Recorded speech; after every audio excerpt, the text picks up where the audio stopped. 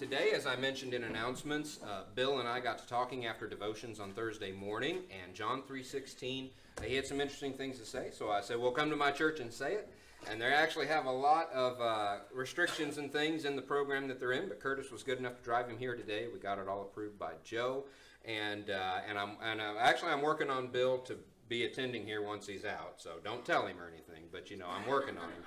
And maybe we should start working on Curtis too, But they do need churches to attend. And honestly, and I don't know, I haven't talked to Bill and Curtis about this specifically, but they don't feel like they fit in at most churches. And that blows me away after all of the churches that they go and visit as a part of the program. Because what you guys did when you came here and filled the pews with like 30 guys, you do that every Sunday at some church somewhere pretty much. And yet they're still concerned and worried that people are going to judge them for their past and stuff like that. That blows me away because every family I know is touched by this stuff, and everybody's addicted to something. But so I think one of the things we should definitely do at this church is be working on the kind of church that can bring in the folks and let them help them feel like they can be a part of the body of Christ. That's what we're going for. So Bill, thanks, thank you for coming, buddy. Hello, my name is Bill Davidson, 51 years old. I was born and raised in Warsaw, Missouri. Anybody know where that's at? My dad was a deacon at the First Baptist Church.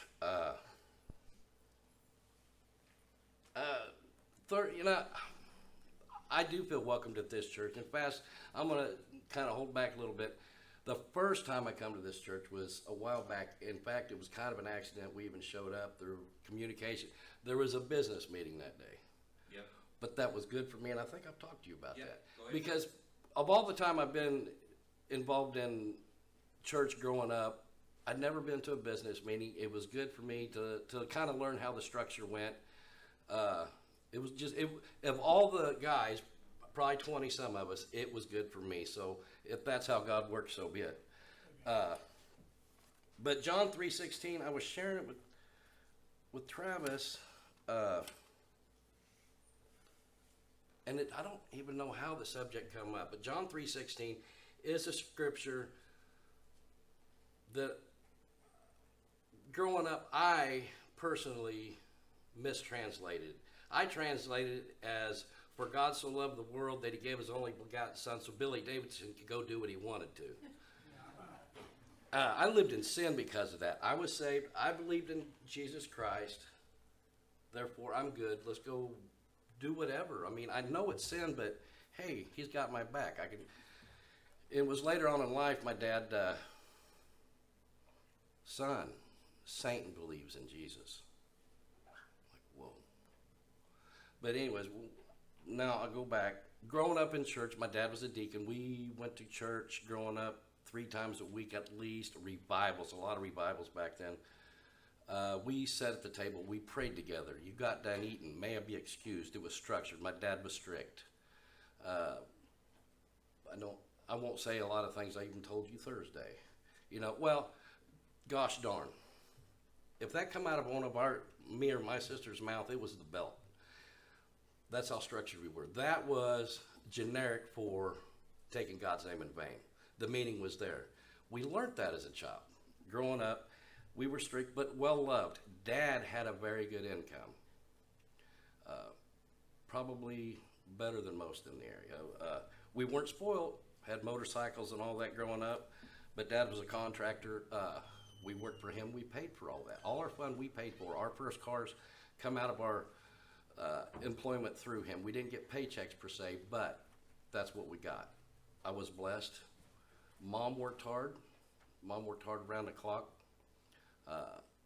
Dad cleared property for Truman Lake to go in.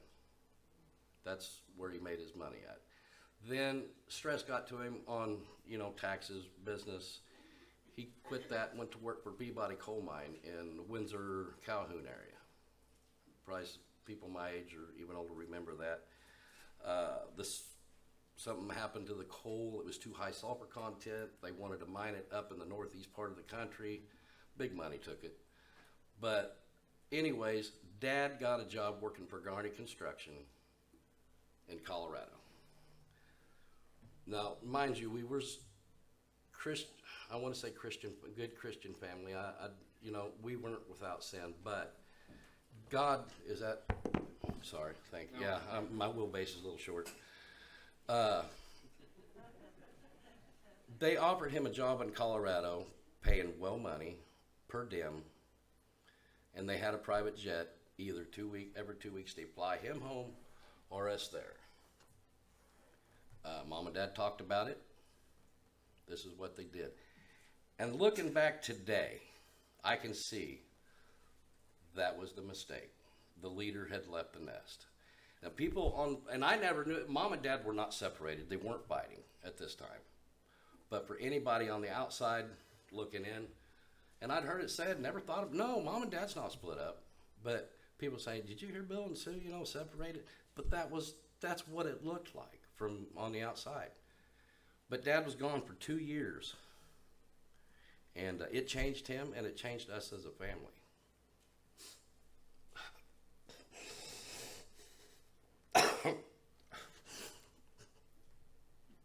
Sorry. You're all right. I look back and I can see it now. I didn't see it then, man. It was fun. It didn't matter. We quit going to church. I got to fly in the cockpit going out to see Dad in a private jet. What kid gets that? It was fun back then. But I look back, the structure was gone. He come back home one weekend. I'm in the 4th grade, summer vacation. I went to a party with Dad. It was some of the operators union and in the area, and there was drinking, a lot of drinking. That's where I had my first taste of alcohol, was with my dad. From deacon to that,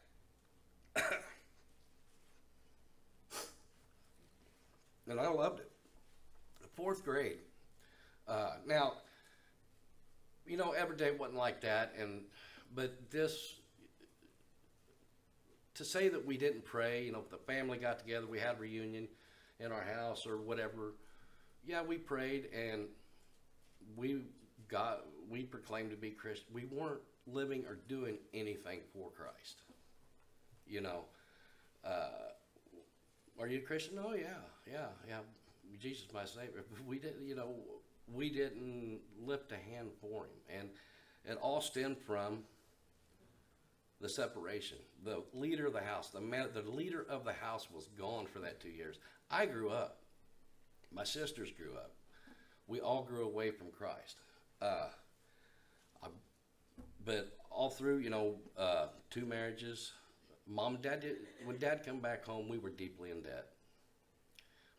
Dad wanted to blame it on Mom all these years, and I wanted to help him do it, but Dad was not there. The structure wasn't there, and that's what happened. That's what took place, and that, I believe the Bible speaks to that. I couldn't give you scripture on it, but when he did come back, it was fighting all the time. He took construction there. Living in Kansas City, we was living in Warsaw. He'd come home on the weekends. We were still split. I'd never experienced that growing up and in our church. We'd have stayed in the church had Dad stayed at home. He could have found another income, but it was chasing money. Dad always tithed when I was younger. Quit doing that. Come up with an excuse. I don't know, but he goes, I just can't do it no more.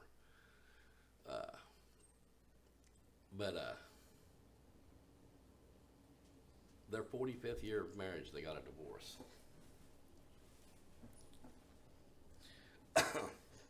In fact, I don't think my sister ever put it together, but I had 2 sisters and me and Mom and Dad. I sit down and figured it out. Both my sisters, me, and my mom and dad got divorced in the same 12-month period. I brought that up to Dad, and he kind of hit him. He's like, man, we are dysfunctional. Not really dysfunctional, but not living for God. Now, we did, through all the separation, I believe my sister Shelly got back on the right track. I believe my sister Michelle's living for Christ right now. She's got a great husband, great income, lives for the Lord. My mom passed away July 4th of this year. She lived for the Lord. And Dad he died to June 21st, 2021, 22nd, 2021. he had made his way back into, in with the Lord. But the life I grew up with was so, I loved it so much because of having Christ in my life. I didn't grow up with my dad didn't beat us. My mom, neither one of them did drugs, or my dad didn't drink hard, don't get me wrong. He did drink with the guys, but with health issues, he was able to put it down and walk away from it. He smoked cigarettes. He started smoking again when he moved to Colorado. He'd quit before I was ever born and then picked it back up. He had heart issues. He was able to set it down. But I grew so much astray through John 3:16 because I believed all my life until Dad, it made me think about that. Even Satan believes in Jesus. I kind of put my scripture in John 3:17 that God did not send His Son into this world to condemn it, but through Him the world might be saved.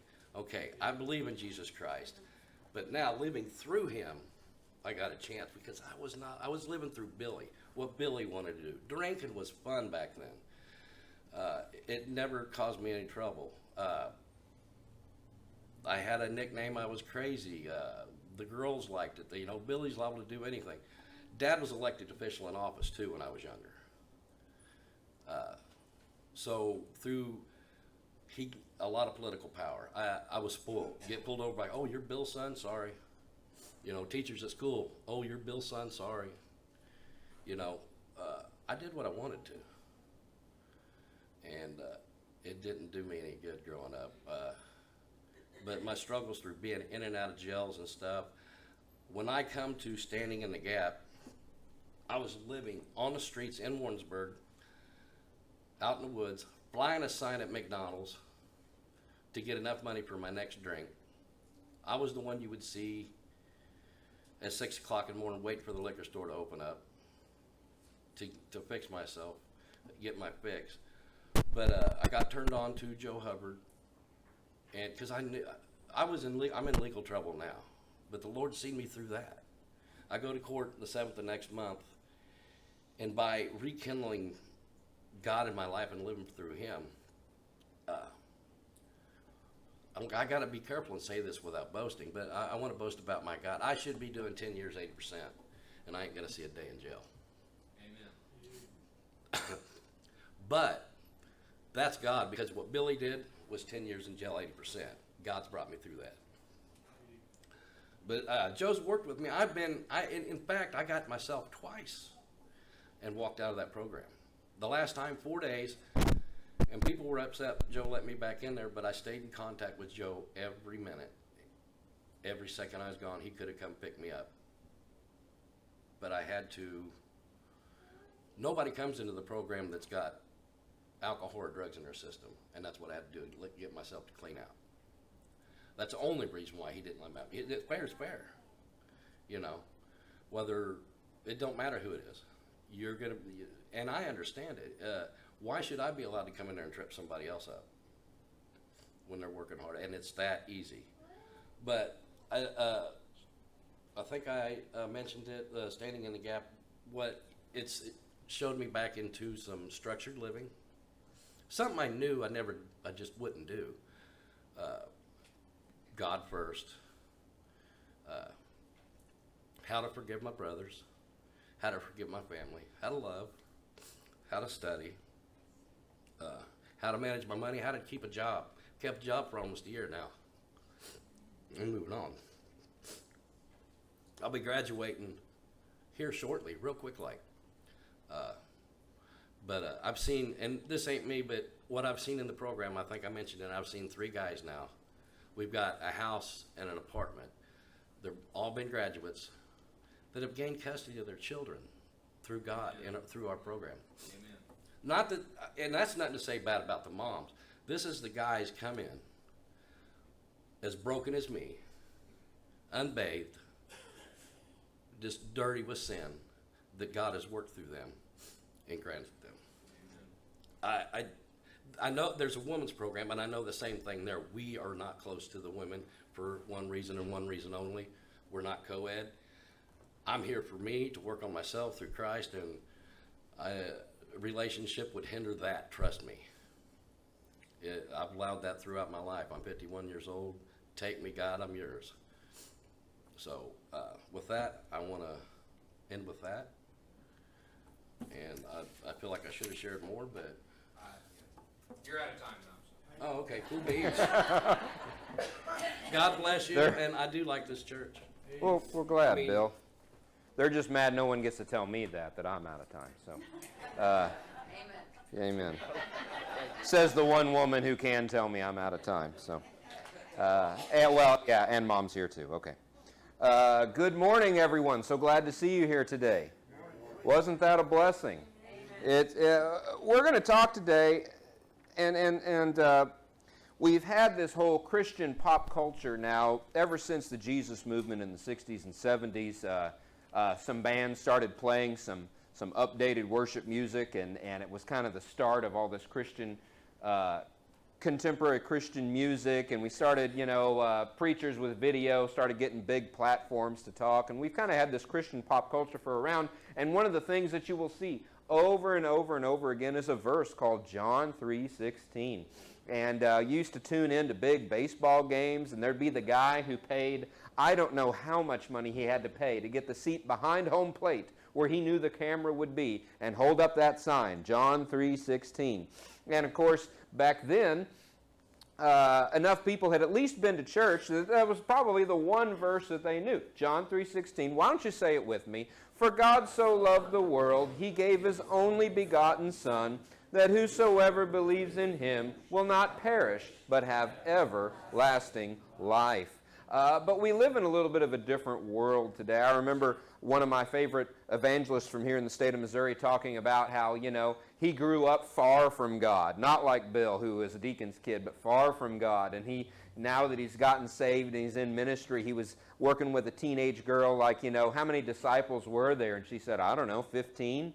And he said, even when I was a kid, far from God, I knew there were 12 disciples. There's just that background biblical knowledge that isn't in our society anymore. So some of you might know that John 3:16 has always held this mystique for Christians, and we've plastered it on everything. We got audio tape, we got cassette tape of me learning it when I was 2 years old. Just Dad, you can't memorize much when you're 2. But Dad's feeding me every word, and I'm learning to say it. And just to illustrate this, you might have already looked at number 1 on your sheet. You never thought you'd find sports stats as a part of a sermon, and I'm not a very good sports fan, so this is probably the one and only time it'll happen. Sorry, Isaac. But anyways, we went down to Winter Extreme Conference, and we got to hear Tim Tebow. Not this last year, but the year before that. And it was really good. And he told this story. Now, I've been around the block in Christian pop culture and everything. So, when someone shows up and says, we've located the Ark of the Covenant, we just can't get the permission to bring it out, it's like really what it looked like. And when he tells you only things you would find in the Bible, doesn't tell you anything else about it, yeah, sure you found the Ark of the Covenant. So when Tim Tebow told this story, I was clapping along with everybody else, but when I wanted to share it in a sermon, I thought I better look that up. And so I did. I got out my phone and I did a web search. And the name of the title of the article, if I can pull it up real quick, was something about that one time that Tim Tebow's coincidence in quotation marks, that creeped everyone out. And so Tim Tebow was always a strong Christian. In college, he had written in the eye black under his eyes John and then 3:16 over here. And of course, it was the championship game. He and his coach were sharing earbuds, listening to Casting Crowns, the one about the giant and David and Peter walking on the water. And they went out on the ball field, and he gave an excellent performance on the ball field as a quarterback like he always does. And everybody that was sitting at home watching that game, what is John 3:16? So they were Googling it. And it was the 90 million people Googled John 3:16 all because he wore it on his eye black when he was doing something that the whole country was watching him for. He did it again in an NFL game later on after he got drafted into the NFL. And but here's what Tim Tebow can't control.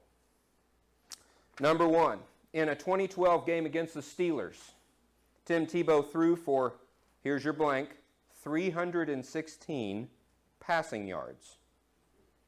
316 passing yards. He's got John 3:16 on his eye black. And averaged 31.6 yards per completion. CBS's final ratings for the game were 31.6. That's your third blank in number 1 there. And Pittsburgh, the opposing team, their final time of possession was 31 minutes and 6 seconds. 31:06.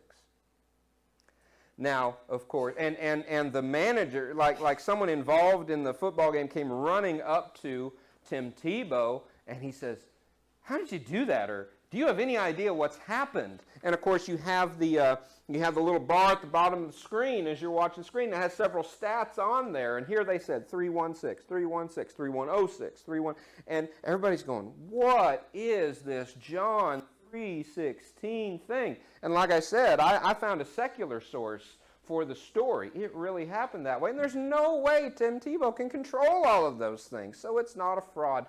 And of course, it's not a huge miracle. It's not the parting of the Red Sea.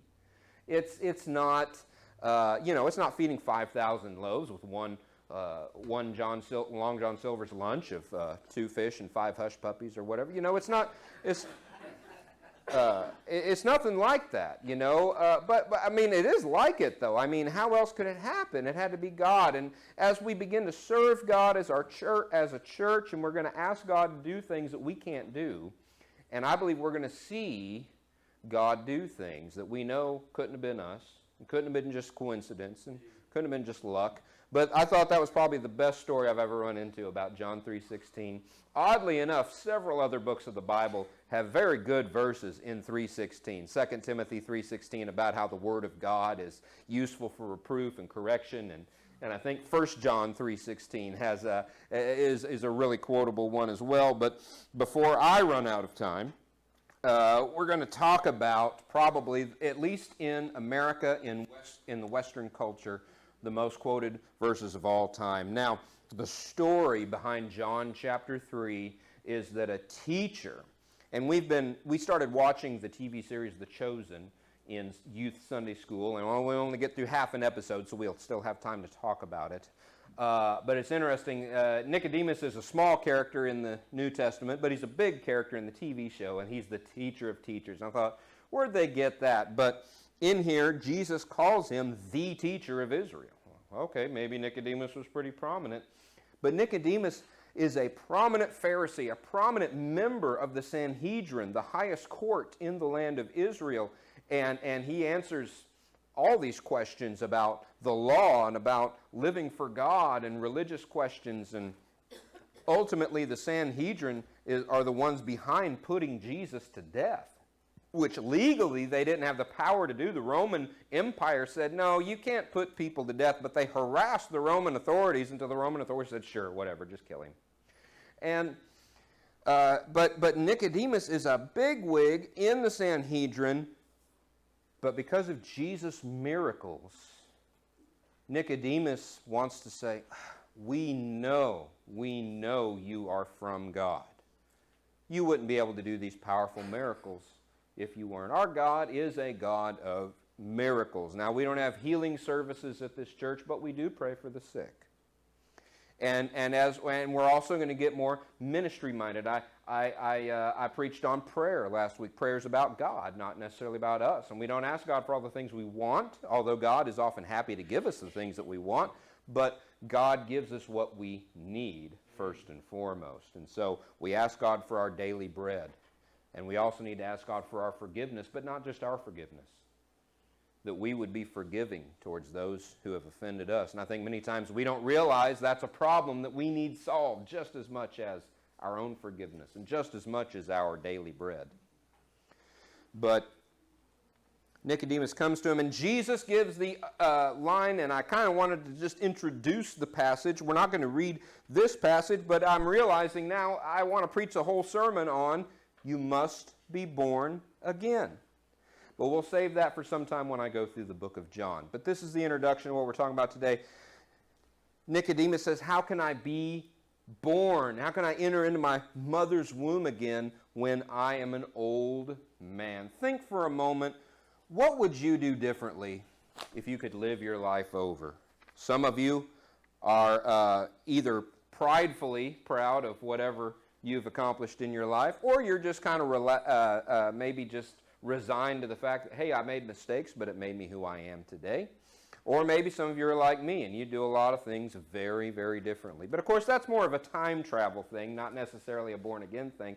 What if you could be reborn today, and maybe you have something in your body that doesn't work right? Maybe you were born with something. We have a nephew that you're all praying for. He has a lot of congenital birth defects that are all part of one big disorder that's going to affect a lot of things throughout the rest of his life, and a lot of hospital visits and things. Or maybe you're like me, you went bald at 18. Or maybe, whatever it is, imagine if you could be born again today, and that body would be perfect. Or maybe you wouldn't bear some of the emotional hurts and the spiritual scars that you have. Maybe your PTSD would be out the window. Maybe your hang-ups and things. Imagine the power of being born again. And Nicodemus is almost playing dumb, because Jewish thought in this time period talked about being born again. It was a metaphor that they understood. But Nicodemus is like, I know what we mean, but what does it mean when you say born again? But let's go ahead and get on down to, and I think that was actually number 2 on your sheet, unless you are born again. Those 2 blanks there next to each other. Unless you are born again, you cannot see the kingdom of God. I was fascinated by what Bill told me Thursday when we chatted, and I think I brought up John 3:16 just because it was on my mind, because I was preparing a sermon for it, and when he said, man, I lived my life thinking, Jesus saved me, so I'm good. I thought, man, you need to come tell my church about that. We love John 3:16. We love the fact that you must be born again.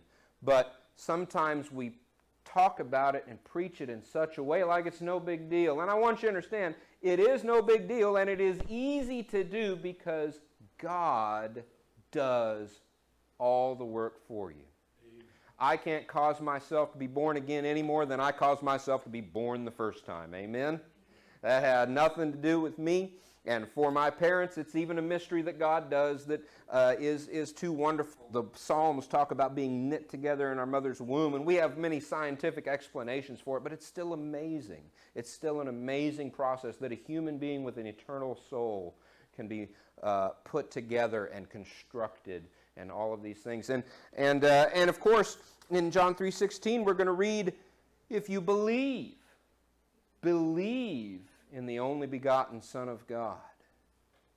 Believing could be described as easy, or simple at least.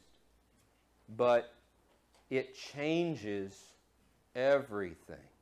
It changes everything, and everything's going to be different. And I think Nicodemus knew that if he was going to be reborn, he was not going to be a top Pharisee with his prestige and honor and place in society like he was before. And that's a lot to give up, to go back to being a baby and learning a whole new way of living and a whole new outlook on life. And as great as it would be to be reborn, sometimes we are hung up on what we already have and don't want to give that up. We're going to give up this sinful world and the destruction that it is headed for, and yet we still want to hold on to it, even though God has promised us eternity with Him and health, and I mean spiritual health, because your body, whatever you do, your body's going to grow old and die eventually anyways, unless the Lord comes. But to have that closeness with God. But they come around to what it means. How do we get born again? And it isn't that Jesus came and died for the sins of mankind, therefore the sins of mankind don't count anymore. That's, in theology, we call that universalism. And actually the worldwide church that teaches that is headquartered not far from here. But it's just not true, because Jesus says, and we're going to go ahead and read, starting in John 3:16, for God so loved the world. And this is from the English Standard Version, so it may not be like what you grew up with. that he gave his only Son. And yes, I do miss the word begotten. The word begotten should be more important than that. That whoever believes in him should not perish, but have eternal life. You must believe. You must believe in the only begotten Son of God. And it's easy and it's simple, and yet what's not simple and easy about it is what you are giving up. Number one, is there a God? Yes. Does that mean that you are not in charge of your life? Yes. It 100% means that if you believe there is a God, you either are going to obey him or you're stupid. And you're going to fight against the ultimate power of the universe. Guess what? You're going to lose. You're going to lose. He is God. You believe that Jesus is the Son of God. And whenever the Bible talks about Jesus as the Son of God, it does not mean that Jesus is some kind of half-human, half-God warrior like Hercules or Achilles or any of the other ideas that were floating around at the time. He's not just someone say, hey, don't mess with me. You know who my dad is, like Bill got to. But he is God. Back in those days, the firstborn son was going to inherit everything. So the son might not be the boss and the owner yet, but he is going to be. And that's the idea with Jesus. He is equal to the Father. And that's not expressly taught in this verse, but it is how we read Son of God in the rest of the Bible. Jesus, as the Son of God, is equal with God. And though he was human for a time on this earth, and while Nicodemus is talking to him, he's not necessarily talking to someone who's busy keeping all the worlds spinning in their orbits, but he is talking to the God of the universe. And so, we believe that God gave his only Son, that whoever believes in him should not perish, but have eternal life. Continuing on to verse 17. For God did not send his Son into the world to condemn the world, but in order that the world might be saved through him. And I hope that if you already have John 3:16 memorized, that what I would definitely advise you to do is to continue on in those verses, because they are so powerful. And I can't imagine a denomination more different than ours than maybe the Eastern Orthodox. But I used to have an Eastern Orthodox friend quote to me that men love the darkness because their deeds are evil. And that is a verse that we're going to get to. And they are so powerful. And I know that everyone wants us to talk about love, and we are talking about love today. For God so loved the world. And in the footnotes of my study Bible, it points out that as Jesus said this was somewhat revolutionary, because what the rabbis and the teachers talked about at the time was how much God loved the people of Israel.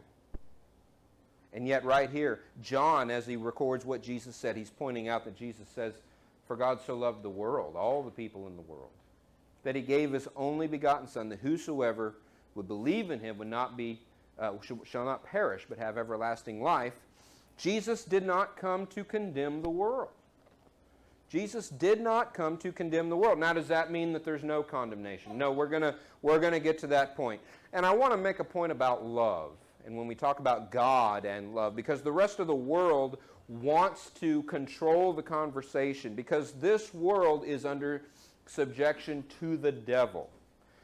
Everyone that you know that doesn't know Jesus is still a descendant of Adam, still someone who is carrying on the legacy of Adam and Eve, who don't want God to control their life, don't want to live under the goodness and the pleasure of God. They want to rebel against it. And the devil's had 5,000 to 6,000 years of practice at this, ever since the Garden of Eden. And so he's going to pick apart words. The first 4 words out of the devil's mouth in the Eden story is, did God really say?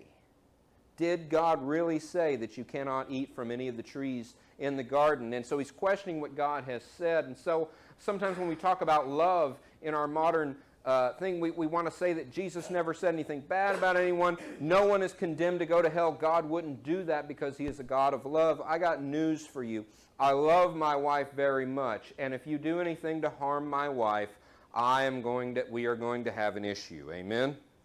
I love my children very much. And if you do anything against my children, we are going to have an issue. I know I'm not supposed to use the word hate, but I hate you if you hurt my children, okay?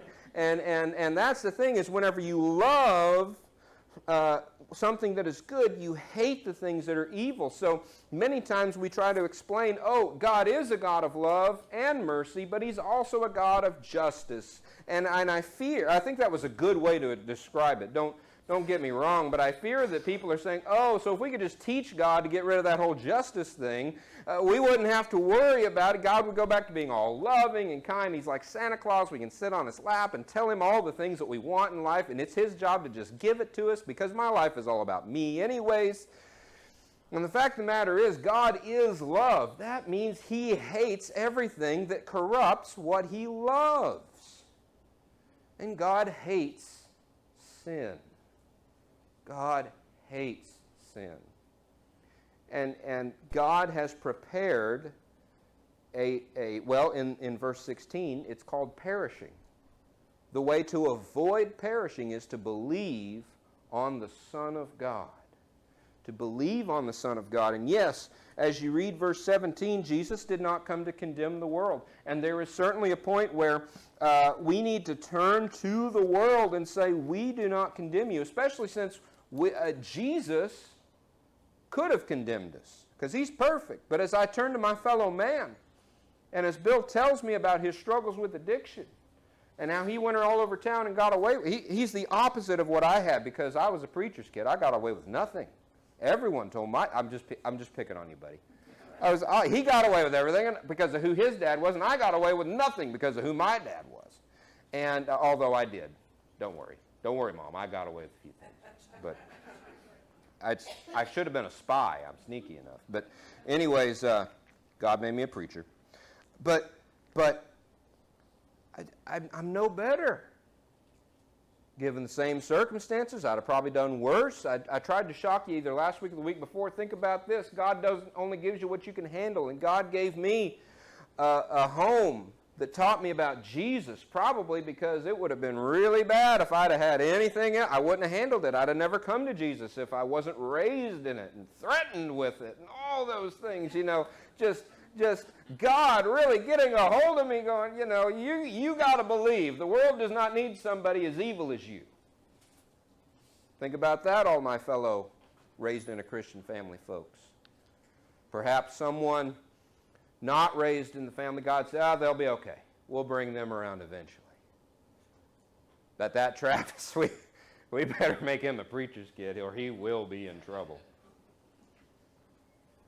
But Jesus, even though he could condemn us because he is perfect and he can look down on us, he did not. And keep in mind, this is not just his general demeanor. This is the mission for his first coming. His first coming, he did not come to condemn. Isn't that amazing? For all the wrong things that we have done, God himself decided to visit our world, and what he decided to give us when he visited our world as a human being was a second chance. A second chance. We just got done studying the book of Hebrews, and over in the book of Hebrews, we're talking about, man, God said you had to be put to death when you broke the law of Moses. What should happen to you if you become disobedient to the second covenant, the better covenant? Jesus gave his own life. So if murdering someone or homosexual activities or things like that were called for death in the original covenant, how much worse if you squander the second covenant, the perfect covenant, the new covenant? And so we want to take very seriously that even though God gave us all these sacrifices and rules about clean living as far as kosher and everything in the old covenant, in the new covenant, the real covenant that the old covenant just pointed to, God gave us Jesus, and he is everything. Don't disrespect it. Don't take it. Don't do like so many of us do. Well, Jesus paid it all, so I guess I can go off and do whatever I want. Man, do you know what God has given you? What God has given you. at the very least, a second chance that none of us deserve. I don't care how good you are. I don't care how much money you make. I don't care how good you are at living this life and how many people like you and think highly of you. A second chance that none of us deserve. So on Jesus' first mission to the earth, he could have come in fire, he could have come with a sword on a white horse, and he could have just said, we're starting over with this world. Instead, he gave us a second chance. Jesus came on this first mission to earth not to condemn the world, but to save it through him. And I would call it a lost cause, but Jesus says, watch this. And he comes to the world and he dies in our place so that our sins can be forgiven. Moving on to, and I believe we have another blank here. Number 3, Jesus came to save is the first blank, not to condemn is the second blank. But we move on into 18. Whoever believes in him is not condemned. This is just a continuation of 17. Whoever does not believe is condemned already because he has not believed in the name of the only begotten Son of God. And this is something that needs to be preached to the non-believing. Look, guys, this is serious. And you think if I love you, I won't tell you you're going to hell. But from where I'm standing, if I love you, I am definitely going to warn you about a place called hell because I do not want you to go there. And so you are not condemned. And many times we Christians need to hear this because we are the ones who care about what God said. So whatever you've been doing, whatever you were secretly doing last night, you don't want to admit to your preacher, whatever's been going on in your life, whatever rocks your marriage is on, tell you what, if you're a believer in Jesus, you're not condemned. Isn't that amazing? Isn't that amazing? That whatever's going on in your life, if you're a believer in Jesus, God does all the work. You are not condemned. But then the flip side of that coin, of course, is, and if you believe not, you're already condemned. There's no amount of good things you can do. There's no amount of charity you can donate to. There's no amount of volunteer work you can do, whether it's at the secular charity, the soup kitchen, or even here at church. There's nothing you can do to make God love you anymore. You are condemned if you believe not. You are condemned already because you have not believed in the name of the only begotten Son of God. Jesus is everything. Jesus is the border between everything. And so you either love Jesus and you ask Jesus to forgive you of your sins and you accept Jesus into your heart and you are willing to give up your old life to be reborn into a new life where God lives through you and now you belong to Jesus. Or you don't want anything to do with any of that. And that sounds great, except that you still have to answer to God. And God says, I made this world, I made the universe, I made heaven, I made hell. And what I say goes. And so, where you go as an enemy of God is the place that we should go if we are enemies of God. And I thank God that though I was born an enemy of God, and though I've confirmed that on many occasions with my own decisions and my own actions, God sacrificed himself for me so that I could have a second chance, and many times even a third and a fourth. But it's still that second chance that God said, I will cover your sins with the blood of Jesus. And if you are a believer in Jesus, not just someone who says, I believe, but a believer, someone who has trusted, believed on his name,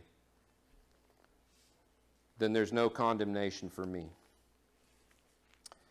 Verse 19, and this is the judgment. Now, I don't know why the ESV has two different words for the judgment and the condemnation. I grew up with the King James. It was condemnation on both counts. Jesus came not to condemn the world, but that the world through him might be saved. If you believe, you're not condemned, but if you do not believe, you're condemned already. And this is the condemnation. And really, I think these are some of the most powerful verses in the whole Bible. The light has come into the world, and people love darkness rather than the light. That's the thing. Jesus just shows up, okay? Maybe you lived under the law of Moses. Maybe you went to synagogue every Sabbath and you heard all these things, how you're supposed to live and how you're supposed to serve God. And maybe we really should count that as a good enough chance, but now you can meet God. Now you can meet a person named Jesus. And He is God. But by the very virtue of His existence, now the light bulb has been switched on. I don't know if you've ever... I remember as a kid, we used to listen to a lot of Mark Lowry. Mark Lowry is not a biologist, but he says he knows what toes are for. Do you know what toes are for? Toes are for finding furniture in the dark, okay? And so, I don't know, I know the layout of my house. We've lived here 7 years now, which is hard to imagine, 7.5 years. And I know the layout of my house, and we make the kids pick up toys every night, and even before lunch, before nap. So even in pitch black, I could probably get around pretty well. But I don't know if you've ever had the experience of walking into a room that you know pretty well, turning on the light, and being shocked at what you find. That, whoa, I'd have lost a toe over that right there for sure. Or who knows, or especially if someone's sitting in there that you weren't expecting. Those eyes are looking back, what are you doing here? I don't know. That's a scary thing, right? Thank God you turned on the light. And what does the light do? It reveals. So the amazing thing is that Jesus has come and now we can be saved. But there's a other side to the coin there. The light has come, and everything ugly and sinful we are ashamed of. And I'm not calling you ugly and sinful. I'm calling us ugly and sinful. And it's something we all have to deal with. We all have things about ourselves we don't like. I joke about my hair loss all the time. And people go, really, you're natural bald? I said, yes, I would. Do you think I would choose this haircut? Really? Just, oh my gosh. But the Lord did it from here up, and so I thought I would take that as a cue for the rest of it. But cue, huh? But anyways, we all have things we don't want seen. But here's the thing, if we hide them, we think we are doing something about them, but hiding them doesn't do anything about them. Hiding just hides them, and many of these things get worse in the dark. And as Jesus shines a light, God wants to help us with these things that we don't even want to admit are there. And if we believe in Jesus and we take the Bible seriously and we don't just memorize John 3:16 and we don't just memorize John 3:16 and 17 because we love the idea there's no condemnation. Jesus came to save and not to condemn. But if we want to believe the whole Bible, we've got to admit that if we're going to be people who belong to Jesus, we've got to let God's light shine on us. We've got to deal with the ugly things. And I don't know if you've ever had something in your life that you didn't want to deal with. Unpaid bills, loans, taxes, things that are sometimes so big and scary, you actually convince yourself, you know what, if I just pretend it's not there, maybe it will go away. And that is our sin issue in a nutshell. That is everything that is wrong with us. And it's painful to let God shine that light on us. And sometimes God even brings it out in public. What you thought you could hide, God says, "Oh, I got one better for you, buddy. We could have dealt with this in private, but you're gonna force me into a corner where I've got to make your secret sin public, and you'll finally deal with it. You'll think it's the worst thing that ever happened to you, but from God's perspective, it'll finally get dealt with. And it's probably the best thing that ever happened to you." And so, I urge you today, go to God first. Let Him shine His light in your personal time with Him. One of the many reasons that a personal time with God is so important, right, Jerry? And you let God shine that light in your heart, and you talk about the things in your life, and you can talk to God about all the things you don't want everybody else to know about, because guess what? He already knows them. And we hide things from God. We're like Adam and Eve. He said, well, we hid because we were naked. Like God's never seen you naked before. Like, really? He formed you out of the dust of the earth, Adam. He knows what you look like. And you used to hang out naked. But that's a side point. But we need to take these things that we are so ashamed of. We need to at least talk to God about them. And if we never admit to them, there's no solution.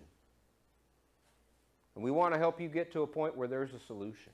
And that's why for years, pastors have been, the Catholic Church hears confessions, and pastors have been people that can come and counsel, and we want to be that for you. But the ultimate goal is to say, look, this is nasty and ugly, but we are going to take it on. And it is, as nasty and ugly as it is not stronger than the blood of Jesus.